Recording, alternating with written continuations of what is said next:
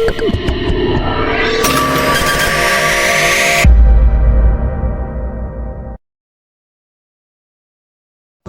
Maha Suci yang telah mencapai kebenaran sempurna. Terpujilah Sang Buddha yang Maha Suci yang telah mencapai kebenaran sempurna. Terpujilah Sang Buddha yang Maha Suci yang telah mencapai kebenaran sempurna. Upasaka-upasaka pandita, Bapak Ibu dan saudara-saudari sedama, terimalah salam kasih dengan nama Sang Yang Adi Budaya, Namo Buddhaya. Namo Buddhaya. Suatu karma baik karena di pagi hari ini kita semua masih dapat bersama-sama merasakan kebahagiaan, tentunya kesehatan, dan yang lebih baik lagi yaitu kita hari ini masih diberi kesempatan ya, walaupun ya ada beberapa yang masih ini lagi musim batuk ya, jadi paling tidak kita dapat menjaga kesehatan dengan baik. Berkaitan tentang materi yang telah saya sampaikan sebelumnya, saya mengingatkan kembali tentang keajaiban kelahiran Bodhisattva Siddhartha.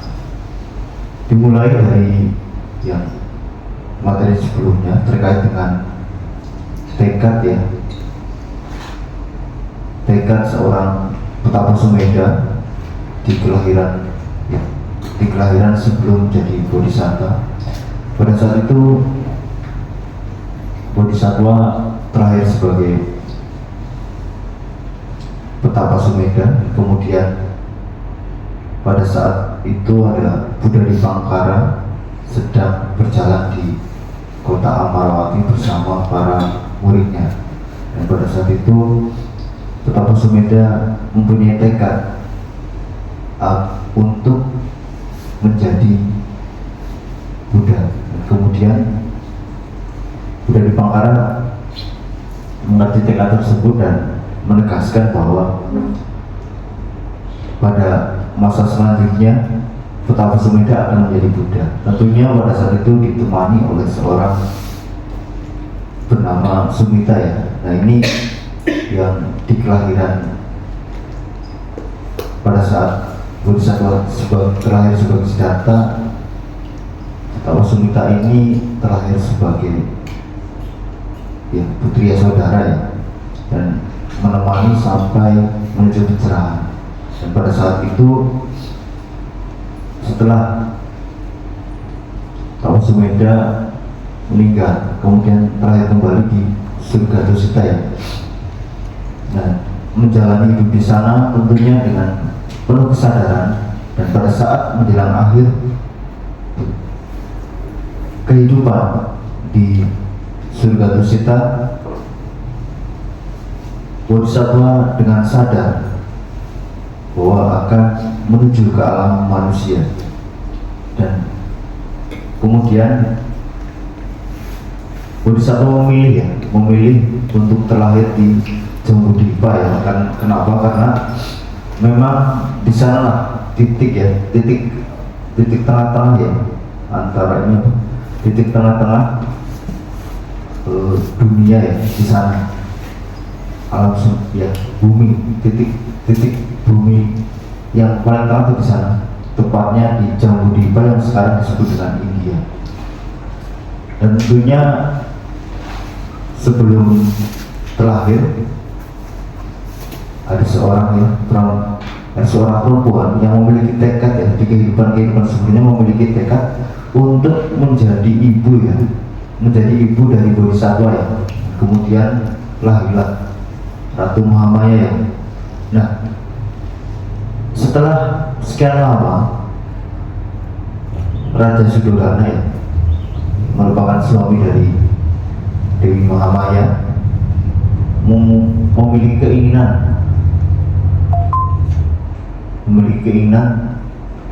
untuk ya, mendapatkan seorang putra ya, tapi belum mendapatkan karena memang sudah lama menikah, tetapi belum mendapatkan putra ya. Tetapi karena niat tulus dari Ratu Mahamaya. Pada suatu malam Ratu Mahamaya bermimpi ya, melihat para dewa dan seekor gajah putih kemudian mengitarinya, kemudian gajah putih itu masuk ke dalam perut ya Dewi Mahamaya. Dan pada saat itu beberapa bulan kemudian barulah Ratu Mahamaya memasuki masa-masa kehamilan. Dan di masa-masa kehamilan ini Ratu Mahamaya ini pada hari-hari Upasaka menjalankan 8 latihan moralitas ya, dengan tujuan agar mendapatkan keturunan yang memiliki karakter yang baik. Kemudian setelah itu beberapa bulan kemudian ada sebuah ini merupakan sambungan dari Acarya Abhutasutta tentang keajaiban kelahiran Bodhisattva. Kemudian ketika sang Bodhisattva telah memasuki rahim ibunya, sang ibu memperoleh kelima atas kenikmatan itu ya. Dengan memilikinya, ia menikmatinya, ia juga ini merupakan salah satu keajaiban ya, keajaiban dari kelahiran Bodhisattva. Kemudian yang selanjutnya, keajaiban selanjutnya ya, ketika Bodhisattva telah memasuki rahim Ratu Mahamaya, tidak ada penderitaan apapun yang muncul pada saat sang ibu ya. Ia bahagia, bebas dari kelelahan jasmani. Ia melihat sang Bodhisattva di dalam rahimnya dengan seluruh bagian tubuhnya lengkap dengan organ-organ indria seperti ini ya, terang benderang ya, sebening air yang paling jernih dan berisi kelapa. Ratu Mahamaya melihat ya, kondisi Bodhisattva di dalam Bodhisattva di dalam rahim Ratu Mahamaya ini saat ini sangat terang benderang ya. Dan kemudian Ratu Mahamaya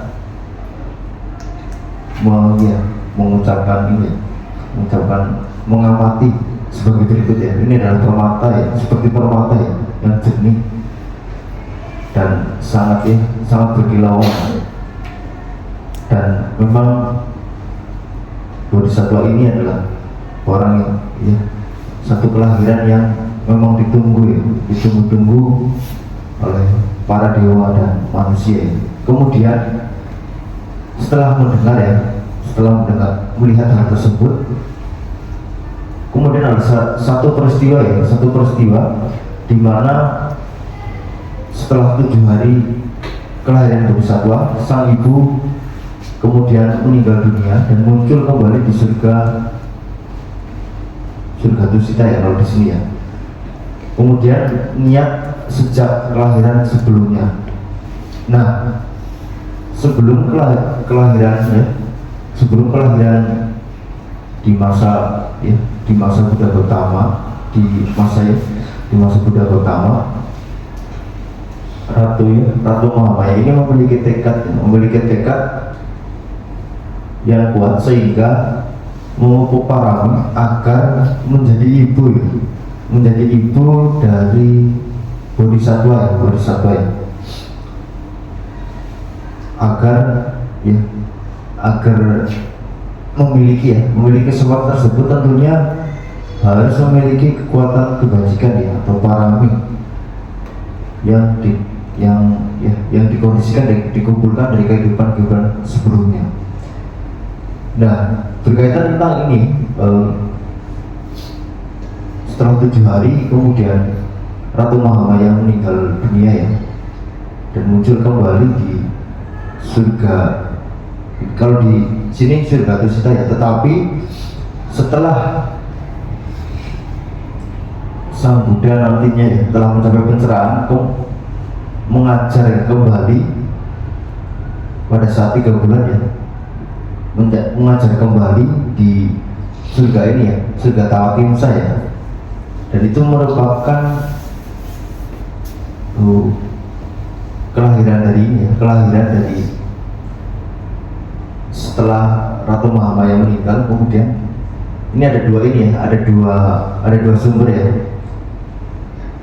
Kalau dirunut kemungkinan seperti ini ya. Jadi setelah Ratu Mahamaya meninggal, terlahir di surga Tusita, dan setelah dari sana kemungkinan terlahir di Tawatimsa ya. Karena apa? Karena setelah Sang Buddha mencapai pencerahan dan ingin berterima kasih ya kepada ibunya yang sudah terlahir sebagai dewa ya. Kemudian pada masa itu Sang Buddha pergi ke surga ini Tawatimsa ya untuk mengajarkan ini Abhidhamma ya selama 3 bulan ya. Selama masa-masa Sang Buddha naik ke surga Tawatimsa untuk mengajarkan Abhidhamma kepada para dewa ya. Kenapa Abhidhamma diajarkan kepada para dewa? Karena ini memiliki ketahanan ya. Di selama 3 bulan itu sanggup belajar ini ya, sanggup belajar ya full. Kalau ini menurut ini ya, menurut cerita dan buku-buku baik yang super primer maupun yang ini ya, yang sekunder ya. Jadi dua-duanya ini hampir sama ya keterangannya. Jadi pada saat itu Sang Buddha ya, setelah menjadi Buddha, ingin mengucapkan terima kasih kepada ibunya yang telah melahirkannya, dan kemudian Sang Buddha mengetahui bahwa ibunya sekarang terlahir sebagai dewa di surga Tawatimsa. Kemudian di masa wasa Sang Buddha mengajarkan Abhidhamma di surga Tawatimsa. Nah, tempatnya masih ada ya sekarang ya, tempat ini ya, tempat untuk naik. Kalau tempat untuk naik di daerah Nepal ya. Kalau tempat turunnya itu di daerah India ya, di daerah India. Lupa saya namanya, tapi sempat ke sana juga, sempat ke tempat itu, tempat Buddha ini, tempat Buddha turun ya. Kalau naiknya tuh di daerah Nepal, naik ke pada saat itu. Itu berdasarkan keterangan dari ini, keterangan dari ini, tour guide yang ada di situ. Jadi sempat saya tanya, ini tempat apa? Dan tempat itu tempat turun ya, Buddha turun dari surga ini Tawatimsa. Bentuknya seperti gunung ya, seperti gunung itu, bentuknya seperti gunung. Dan itu ya dapat kesempatan baik ya mengunjungi beberapa tempat ya. Dan yang selanjutnya itu kemudian yang kembali ke ini. Jadi sebagai ungkapan terima kasih Sang Buddha kepada ibunya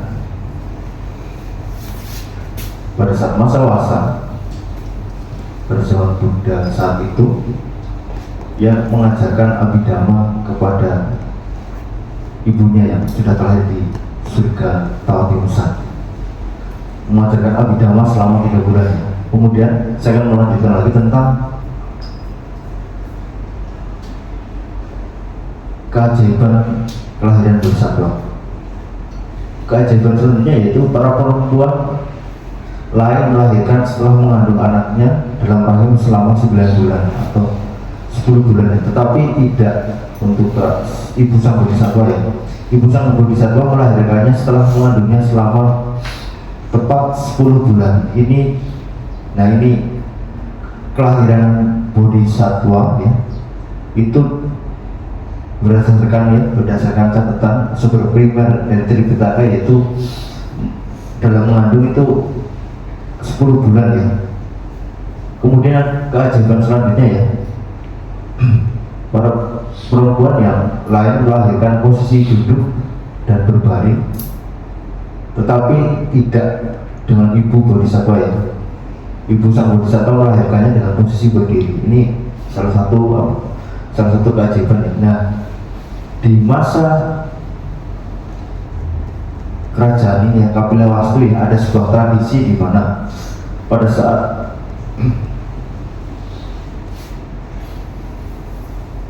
seorang wanita tidak hamil ya, menjalani kehamilan, ini juga diambil dari kronologi hidup Buddha ya, saya menjelaskannya.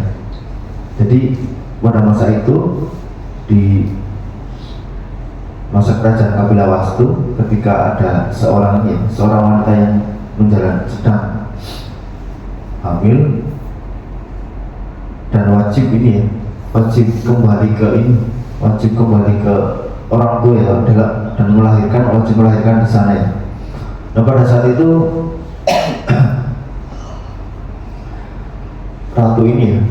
Ratu Mahamaya pamit kepada Raja Sudrana untuk agar pulang ke rumahnya, pulang ke rumah kerajaan. Saya lupa nama kerajaannya, pokoknya minta untuk pulang ke rumah. Dan pada saat di perjalanan kan ada di perjalanan di taman di Taman Lumbini ya. Taman Lumbini sekarang masih ada ya tempatnya ya, masih terjaga dengan baik, dan tempat itunya, situs tempat kelahirannya juga masih ada. Dan pada saat itu dapat kesempatan berkunjung ke sana karena baik lagi tempatnya kosong, jadi bisa masuk ya, melihat ya tempat itu tempat situs tempat kelahiran Bodhisattva ya.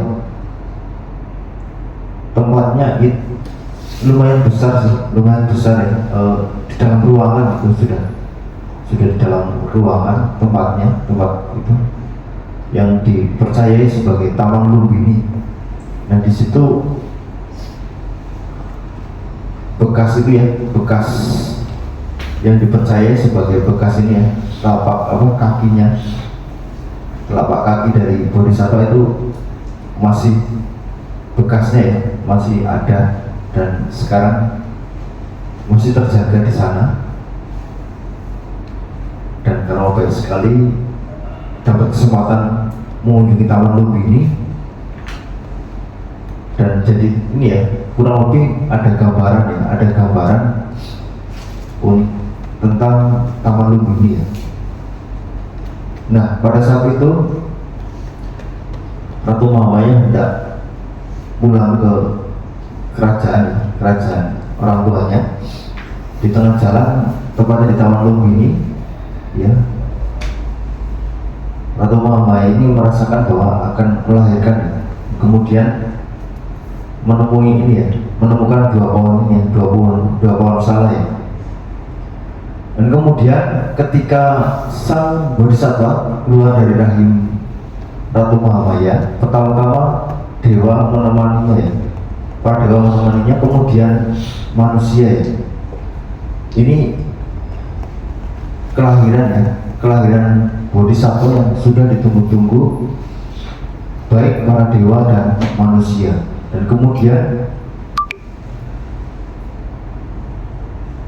4 dewa muda menerima dan mengangkatnya di depan sang ibu dan mengatakan, "Bergembiralah, oh Ratu, seorang putra dari kekuasaan luar biasa telah engkau lahirkan."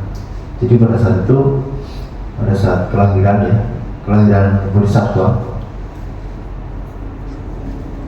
Ratu Maya melahirkan Bodhisattva itu dengan cara berdiri ya, dan berpegangan di 2 pohon salah ya. 2 pohon salah. Pohonnya kebetulan di sana sudah tidak ada ya. Pohon salahnya sudah tidak ada. Kemudian terjadilah ini ya, satu peristiwa lagi ya. Ketika sang Bodhisattva keluar dari rahim ibunya, beliau keluar dalam keadaan bersih, tidak berlumuran darah atau cairan. Nah, perumpamannya seperti sebutir permata ya, yang diletakkan di atas sehelai kain. Maka permata itu tidak mengotori kain permata tersebut, karena Kemudian keduanya, ini kualitas yang selanjutnya. Kemudian pada saat itu ketika sang bodhisattva keluar dari rahim ibunya, kebancuran memancar ya di angkasa ya, sejuk hangat untuk memandikan sang bodhisattva dan ibunya. Setelah itu segera setelah sang bodhisattva lahir, beliau berdiri tegak dengan kaki menginjak tanah ya. Kemudian beliau berjalan menuju ke arah utara dengan payung putih yang memayunginya. Beliau mengamati tiap-tiap penjuru dan mengucapkan kata-kata seorang pemimpin ya, seorang pemimpin. Dan pada saat itu tentunya ada salah satu peristiwa ya yang banyak diceritakan, itu selama berjalan 7 langkah ya ke utara itu bunga teratai itu tumbuh ya. Nah setelah peristiwa itu kemudian bodhisattva berkata sebagai berikut ya, ada kurang lebih ada 5 bait ya. Yang pertama itu akulah yang tertinggi di dunia, kemudian akulah yang terbaik di dunia, akulah yang terkemuka di dunia, inilah kelahiranku yang terakhir, sekarang tidak ada lagi penjelmaan baru bagiku. Dan ini merupakan kelahiran terakhir dari sang bodhisattva ya. Tetapi setelah ini ada ini ya, ini sebuah tekad dari seorang bodhisattva. Tetapi pada saat ini ya, pada saat memasuki usia remaja, Pangeran Siddhartha itu dijodohkan dengan putri ini ya, putri yang saudara ya, masih kerabat. Nah saat itulah belenggu itu muncul ya, belenggu muncul. Kemudian pada saat kelahiran anaknya ya, kelahiran anak dari Pangeran Siddhartha yaitu Rahula, diingatkan lagi oleh para dewa ya dengan kekuatannya, dengan segala kekuatannya, agar teringat kembali tentang tekad pada saat bodhisattva ini lahir ya. Pada saat melihat ini ya, pada saat melihat di malam hari para pangeran ya, para penari istana dan itu ya tidur dengan ini ya, tidur dengan sembarangan dan itu seperti ini ya, seperti mayat ya. Kemudian setelah itu memiliki tekad ya, Pangeran Siddhartha memiliki tekad untuk meninggalkan kerajaan, meninggalkan istana. Dan itu merupakan upaya dari para dewa untuk mengingat kembali tentang tekad bodhisattva untuk menjalankan kehidupan sebagai pertapa. Dan ini tekad tidak ada kelahiran lagi bagi bodhisattva. Kemudian yang selanjutnya, ketika sang bodhisattva keluar dari rahim ibunya, satu cahaya yang tidak terukur ya, melampaui para dewa muncul di dunia ini bersama dengan para dewa Mara dan Brahma. Dalam generasi ini bersama dengan para pertapa dan brahmana, dengan para pangeran dan rakyatnya, dan bahkan alam antara yang hampa tanpa dasar, gelap gulita, dimanapun bulan matahari yang kuat dan perkasa tidak dapat menjangkaunya. Cahaya terang yang tak terukur melampaui kemegahan dewa juga muncul di sana ya.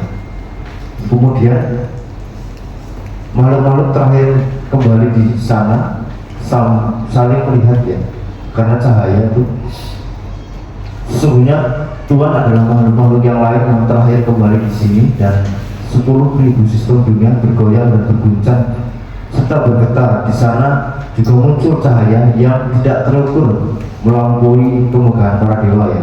Bahwa ketika sang bodhisattva keluar dari rahim ibunya, satu cahaya tak terukur yang melampaui para dewa. Ini juga kualitas ya. Jadi ada beberapa gempa ya pada saat itu ya. Yang pertama terjadi pada saat sang bodhisattva lahir ya, lahir. Kemudian pada saat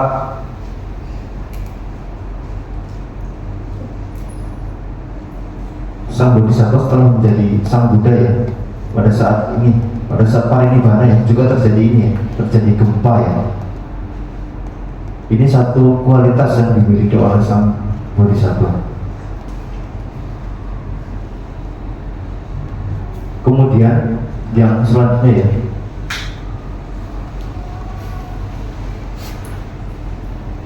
kemudian setelah menjelaskan tentang ini, kualitas-kualitas dari sang bodhisattva, yang Arya Ananda menegaskan kembali tentang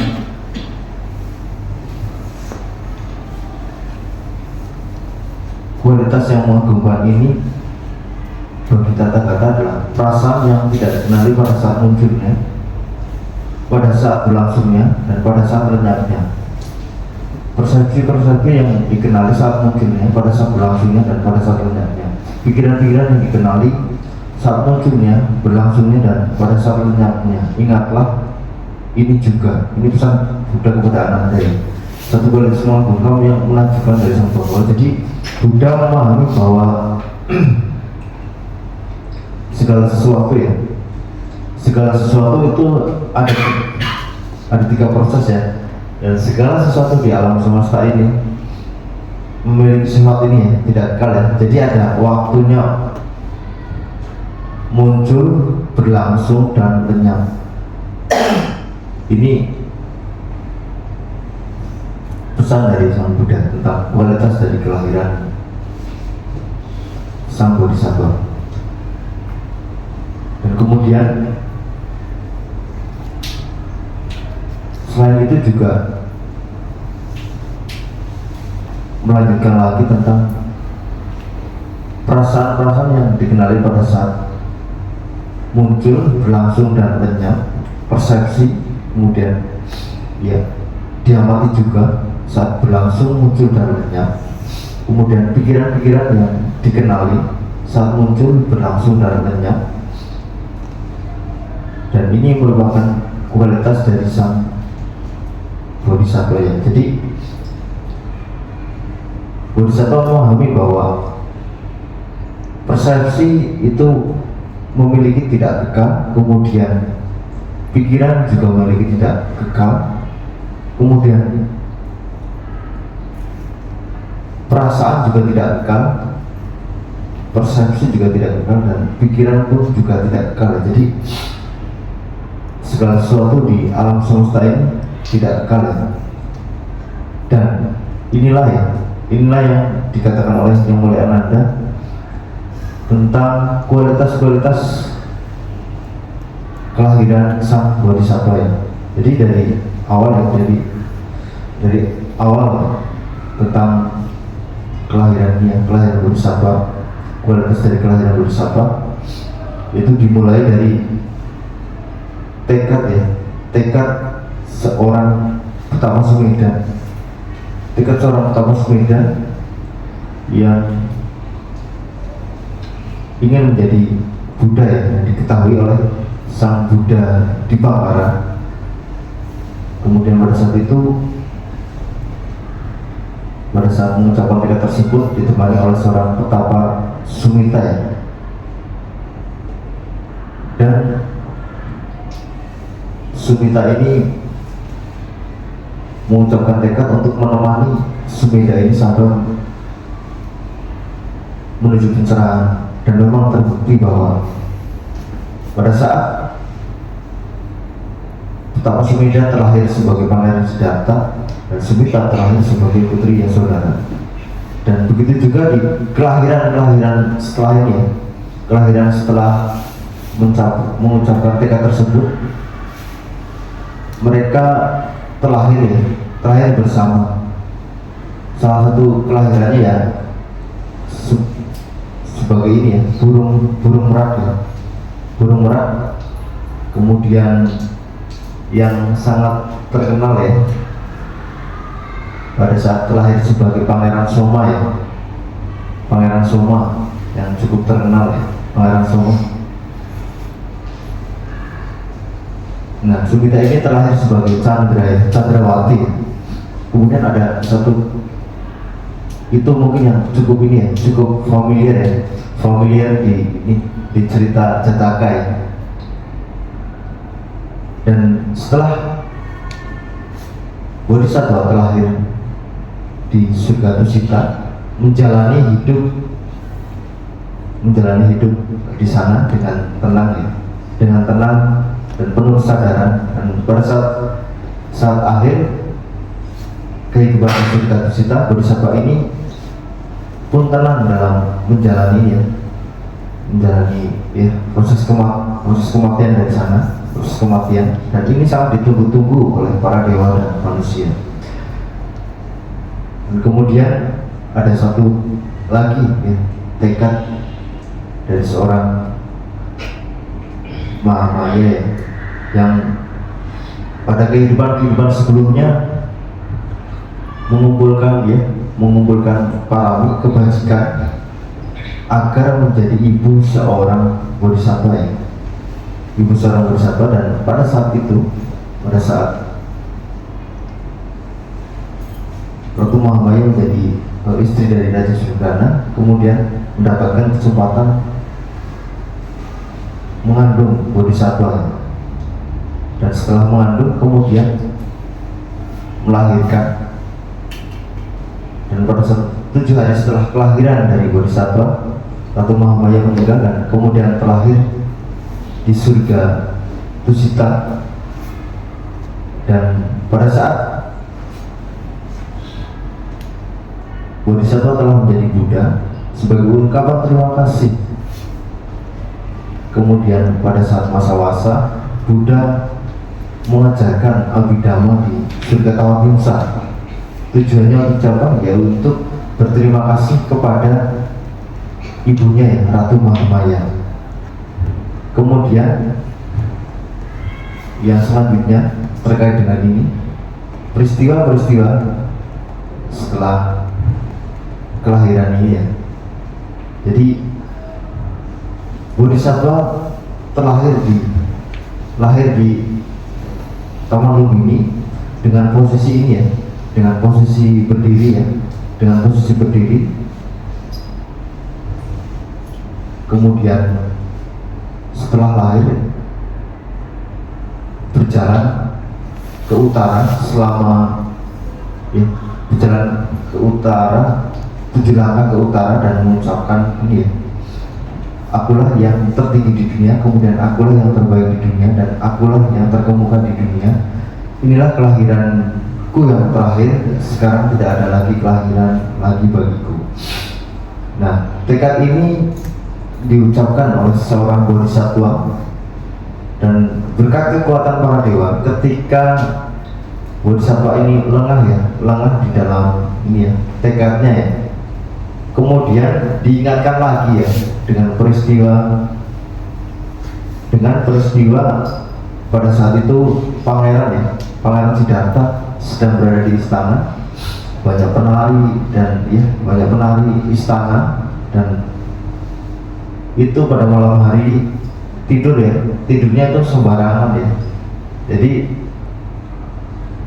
Pangeran Siddhartha ini kaget dan kemudian melihat ini seperti tumpukan mayat ya. Dan tentunya ada kejadian sebelumnya ya. Kejadian sebelumnya tentang ini ya. Pangeran Siddhartha melihat ini 4 peristiwa penting ya. Pada saat itu Pangeran Siddhartha melihat ini ya, meminta izin untuk keluar dari istana. Pada izin keluarnya yang pertama, beliau melihat ini ya, orang sakit, kemudian selanjutnya orang tua, orang mati, dan kemudian orang menjadi petapa. Setelah ini kemudian Pangeran Siddhartha memiliki tekad untuk meninggalkan istana, tetapi ada satu belenggu ya sebelum itu ya yang lahir ya, yaitu Rahula ya. Dan pada saat tepat pada kelahirannya, di kelahiran ini Rahula ya, Pangeran Siddhartha meninggalkan istana dan kemudian menjalani pertapaan yang keras di hutan Uruvela, berjuang selama kurang lebih 2 tahun ya. Kalau di dalam catatan itu 2 tahun ya di hutan Uruvela. Tempatnya itu lumayan di gunung ya, dingin sekali di sana. Di situsnya ada di ini apa? Di ujung ya, cukup tinggi bekas ini ya, bekas hutan Uruvela ya, cukup tinggi dan dingin di sana pada saat musim dingin. Nah, karena perjuangannya dari ini sang Bodhisattva, kemudian tercapailah pencerahan, dan kemudian pada saat ingin mengajarkan Dhamma, Buddha berpikir ulang ya, karena masih banyak manusia yang memiliki ya kekotoran batin. Jadi pada saat itu dewa ini Brahma Sampati memohon kepada sang Buddha agar mengajarkan Dhamma, dan kemudian sang Buddha memilih untuk mengajarkan Dhamma kepada 5 orang pertapa yaitu Kondana, Badia, Wapa, Mahanama, dan Asaji. Di mana dari kelima petapa ini, petapa Kondanya ya, yang memiliki prediksi yang tepat ya, pada saat petapa Kondana ini menjadi perawat kerajaan, di mana para petapa yang lain menjawab Bodhisattva akan menjadi raja dunia, tetapi hanya Kondana yang menjawab petapa Pangeran Siddhartha akan menjadi Buddha. Dan kemudian bertemu kembali pada saat pembabaran Dhamma sang Buddha yang pertama, yaitu Dhammacakkappavattana Sutta, tentang 4 kebenaran mulia, yaitu berkaitan tentang duka, sebab duka, akhir dari duka, dan jalan menuju yang duka. Ya, kemungkinan itu yang dapat saya sampaikan ya. Tidak lupa saya mengingatkan kembali untuk menjaga kesehatan dengan baik ya. Saat ini banyak yang kena ini. Batuknya hampir mirip mungkin ya. Ya, bagian ini, bagian kena batuk ya. Soalnya saya juga agak mending lah sekarang. Pada saat pertama kena batuk itu lumayan itu, tapi karena semangat untuk menjaga kesehatan, jadi dapat dilampaui dengan baik. Demikian yang dapat saya sampaikan. Terima kasih, selamat pagi, namo saya budaya. Namo Buddhaya.